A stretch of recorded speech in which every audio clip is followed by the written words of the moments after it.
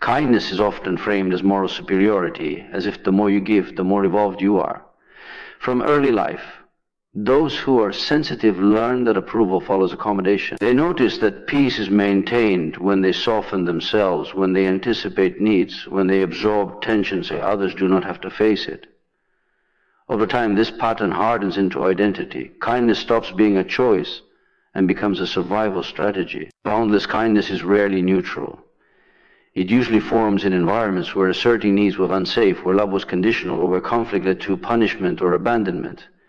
In such conditions, the psyche learns a dangerous equation: self-erasure equals safety. The individual becomes skilled at reading others but loses contact with themselves.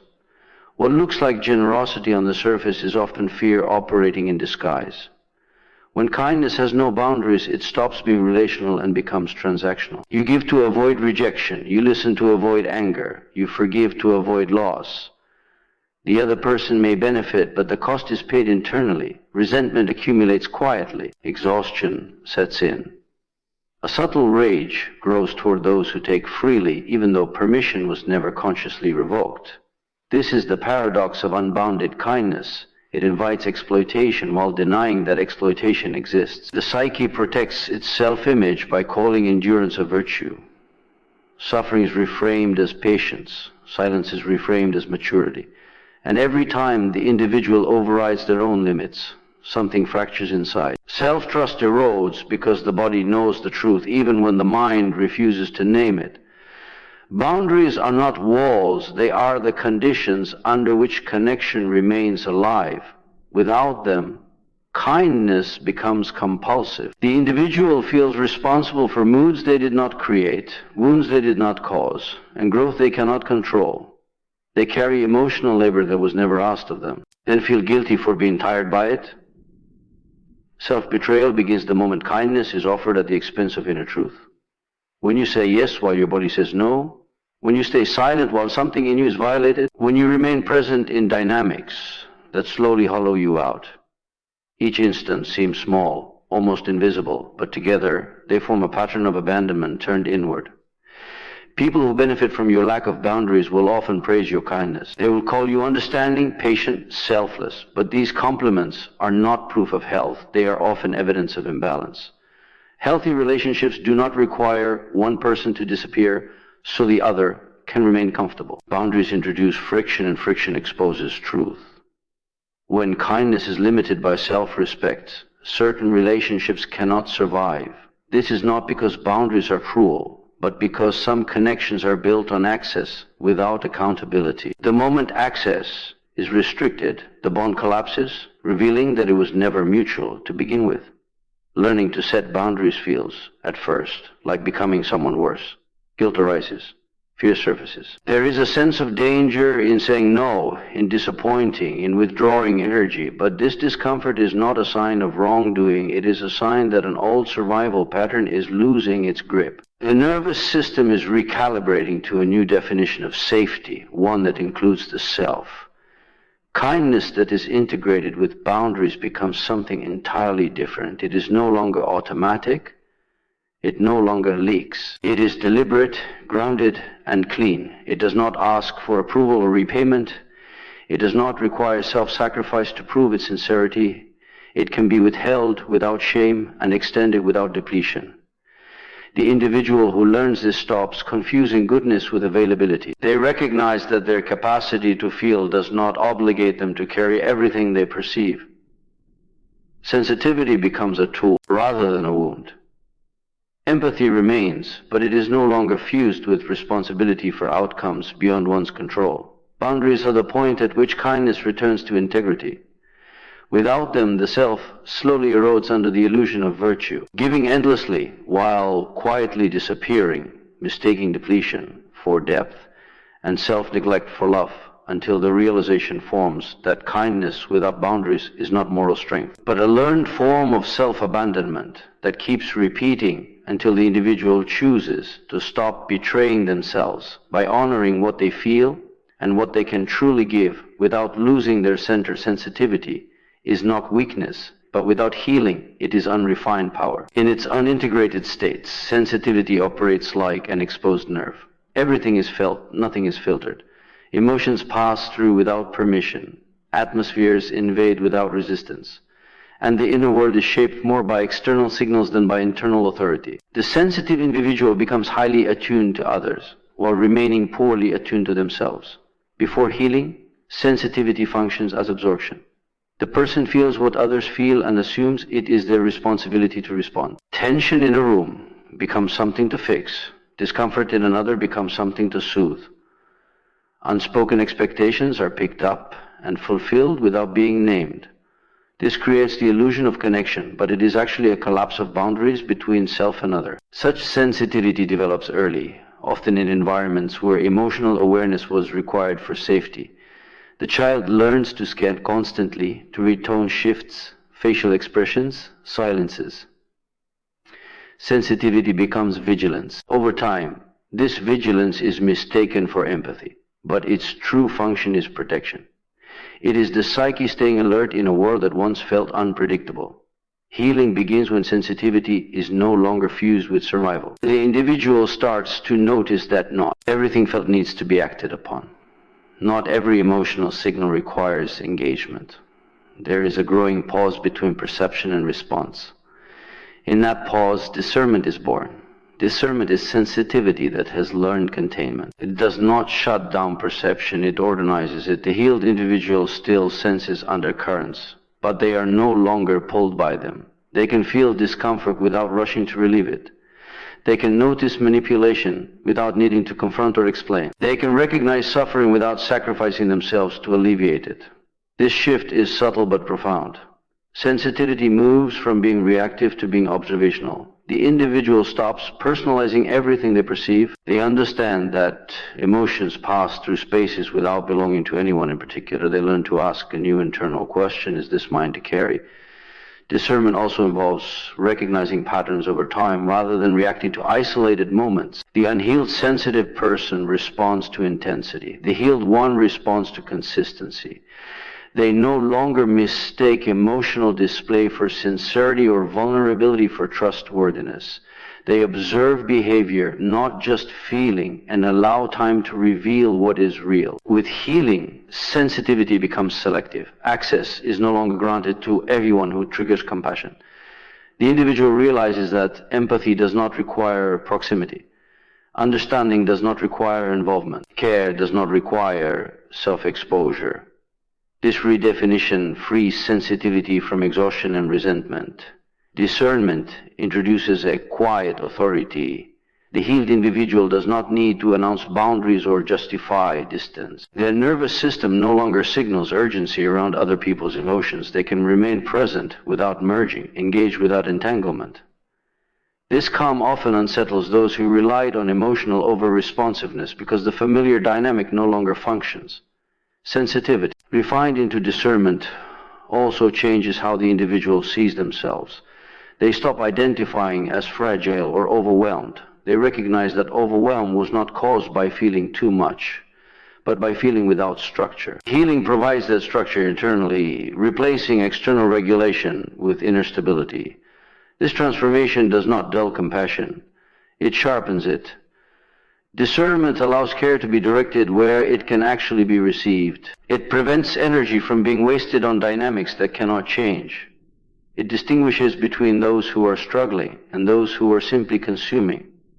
The healed, sensitive person understands that empathy is not meant to erase the self. It is meant to inform conscious choice. Sensitivity becomes a form of intelligence rather than a liability. It detects truth beneath performance, motive beneath words, and intention beneath emotion without demanding immediate action. Discernment also protects the inner life. The individual no longer exposes their depth to environments that cannot hold it. They recognize that sensitivity flourishes in the right conditions and withers in the wrong ones. Choosing where to open becomes an act of respect toward the self. Healing does not remove sensitivity. It liberates it from compulsion. What once felt like drowning becomes navigation.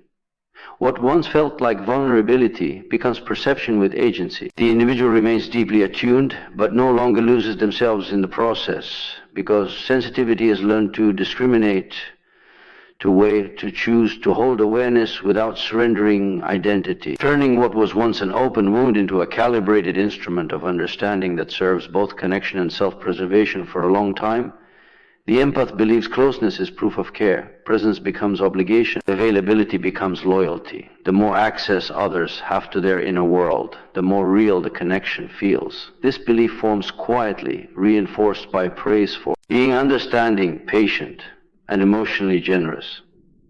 Over time, love becomes indistinguishable from exposure. Before healing, the empath equates withdrawal with cruelty. Distance feels like abandonment. Saying no feels like rejection. Protecting space feels like punishment. So they remain open even when the openness costs them. They allow emotional intrusion, tolerate inconsistency, and excuse harm in the name of compassion, all while telling themselves that love requires endurance. What is rarely acknowledged is that unfiltered access is not intimacy, it is permeability. When everyone can reach you at any moment, when every emotion has a direct line into your nervous system, connection becomes chaotic. The empath absorbs more than they can integrate, and the overflow turns into exhaustion, resentment, and confusion about why loving others feels so draining. Healing introduces a distinction that changes everything. Love is internal. Access is external. Love is an orientation of the heart. Access is a privilege governed by behavior. The healed empath learns that these two do not need to move together. One can remain caring without remaining reachable. One can feel warmth without offering proximity. With healing comes the recognition that not everyone who seeks closeness seeks connection. Some seek regulation. Some seek validation. Some seek a container for their unprocessed emotions. The empath once mistook this demand for intimacy. Now they recognize it as overreach. Withdrawn access does not mean emotional coldness. It means selective engagement. The healed empath no longer explains every feeling or shares every thought. They listen without fixing. They observe without absorbing. They allow others to experience their own emotional consequences without intervening. This restraint is not indifference, it is respect for autonomy. Many misinterpret this change. They sense the shift and call it distance, arrogance, or emotional unavailability. What they are reacting to is the loss of unconscious access. The empath is no longer open by default. Presence must now be earned through consistency, reciprocity, and respect. This transition often triggers guilt. The healed empath feels a reflexive urge to justify their withdrawal, to reassure others that love remains. But over time, they learn that explanations are unnecessary. Love does not need constant proof. It is not measured by response time, emotional labor, or availability during chaos. By withdrawing access, the empath protects the integrity of their inner life. Their emotions become private again. Their energy stabilizes, their sense of self sharpens. They stop living in a state of emotional emergency, always responding, always adjusting. Silence becomes restorative rather than threatening. Love, freed from compulsion, deepens. It becomes steadier, less reactive.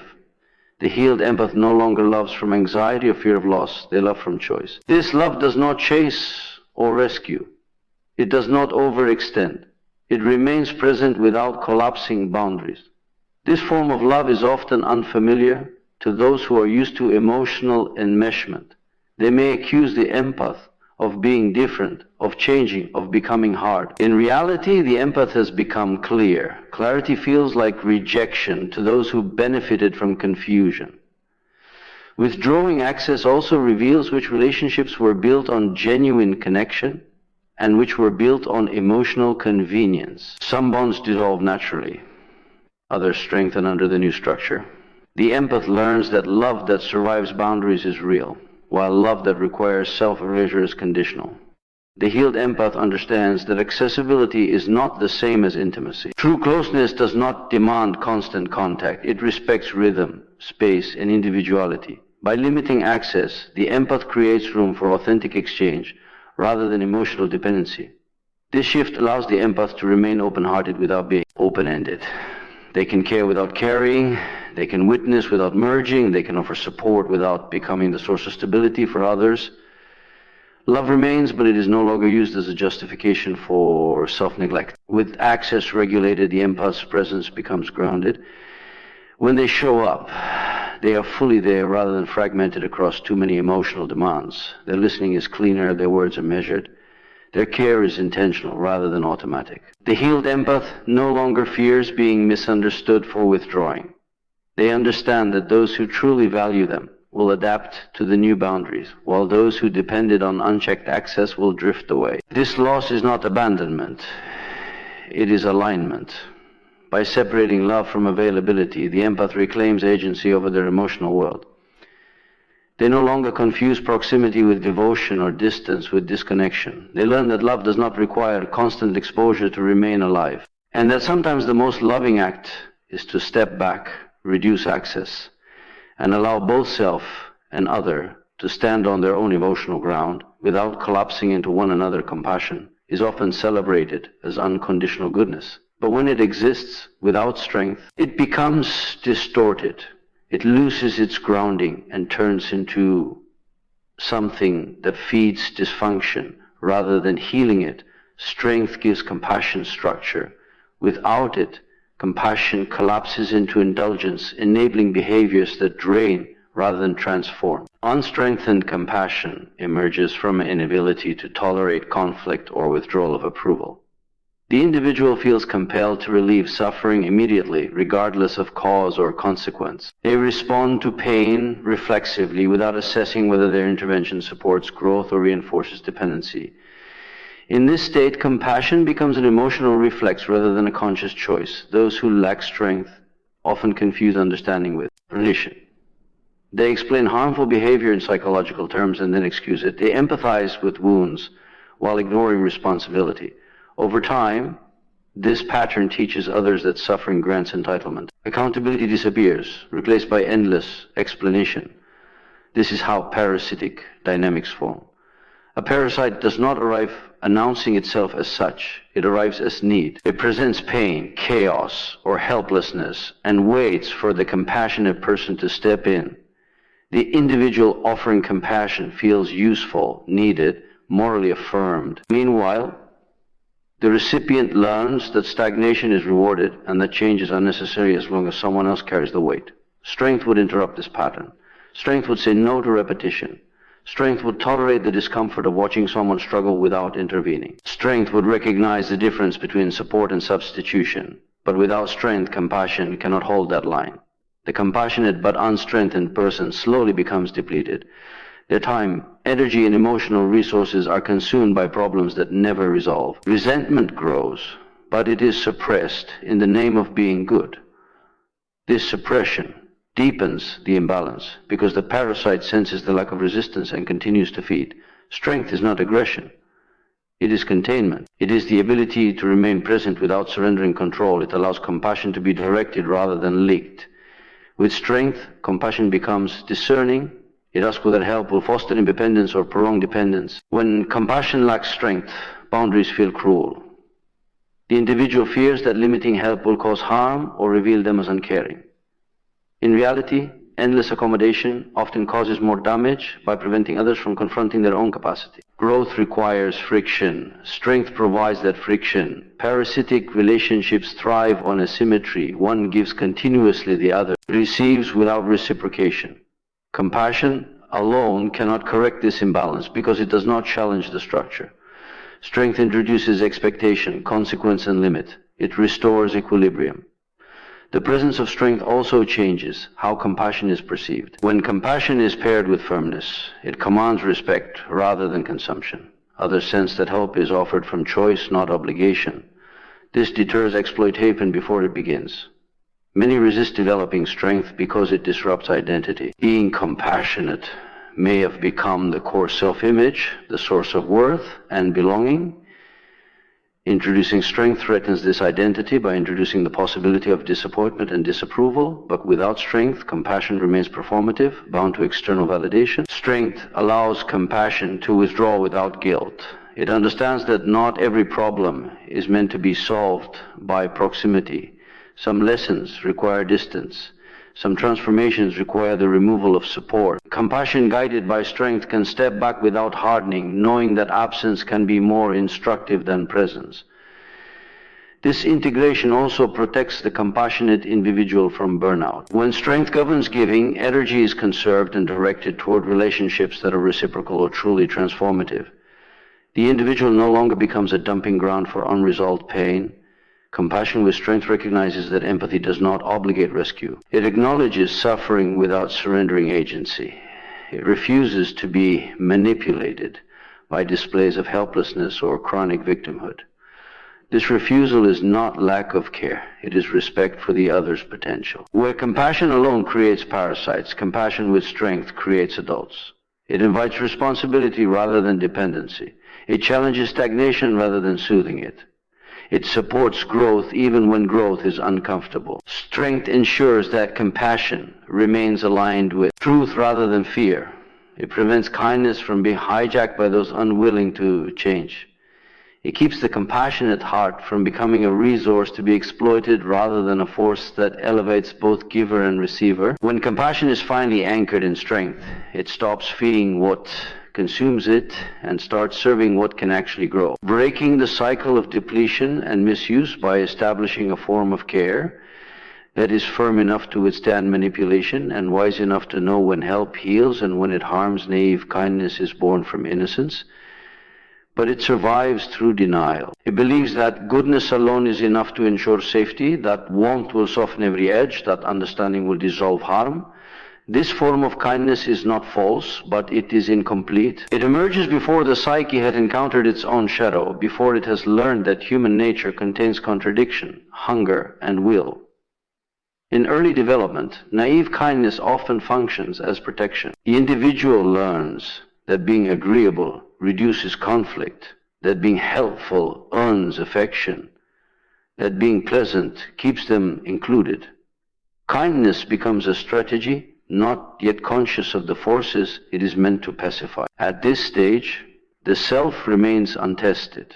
It has not yet faced betrayal, exploitation, or the realization that goodwill is not always met with goodwill. As life unfolds, this innocence is challenged. The kind person discovers that some people do not respond to care with gratitude, but with increased demand. They notice that generosity does not always inspire reciprocity, but expectation. When these realities are ignored, kindness becomes naive rather than wise. It continues to offer itself indiscriminately, assuming that intentions are shared simply because they are sincere. Naive kindness avoids confrontation. It reframes harm as misunderstanding.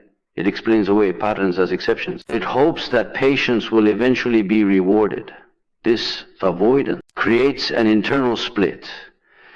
The individual senses when something is wrong but suppresses that awareness to preserve the image of being good. Over time, suppressed perception turns into confusion, self-doubt, and emotional fatigue. Wholeness cannot form under these conditions. Wholeness requires integration of all psychic capacities, including assertiveness, anger, and refusal. Naive kindness excludes these elements, labeling them as unkind or dangerous. In doing so, it fragments the self, leaving parts unexpressed and unacknowledged. The person appears gentle, but beneath that gentleness lies unclaimed strength. The death of naive kindness is not a loss of care, but a loss of illusion. It is the moment the individual accepts that love without limits is not virtue, and that goodness without discernment is vulnerability without protection.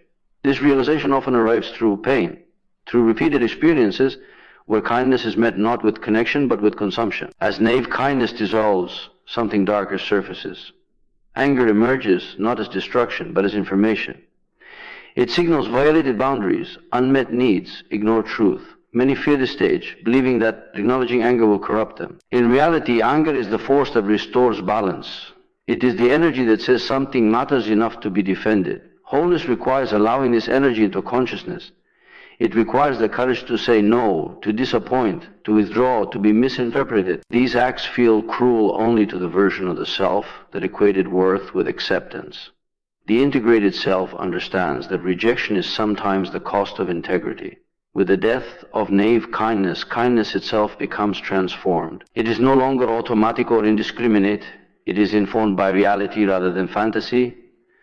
The individual no longer assumes shared values of mutual intent. They observe behavior, respect patterns, and choose where to invest their care. This new kindness is quieter. It does not seek validation. It does not rescue. It does not bend to maintain harmony at any cost. It stands alongside strength rather than replacing it. Where naive kindness sought to avoid conflict, integrated kindness can tolerate tension without collapsing. Wholeness also brings grief. The individual mourns the loss of innocence, the belief that being good would protect them. They grieve the relationships that could only exist under self-erasure. This grief is part of integration. It clears space for relationships that can withstand truth and mutuality. The integrated individual no longer defines themselves by being nice. They define themselves by being real. They understand that some will find this threatening because it removes access to unchecked generosity. Others will find it grounding because it offers presence without pretense. Wholeness does not harden the heart. It strengthens it. It allows care to flow without flooding. It aligns kindness with clarity, empathy with boundaries, and love with self-respect. The death of naive kindness marks the moment the self stops sacrificing awareness to preserve innocence and instead chooses to live in alignment with the full range of human reality, where kindness is no longer a mask worn to survive, but a conscious expression of an integrated and sovereign inner life.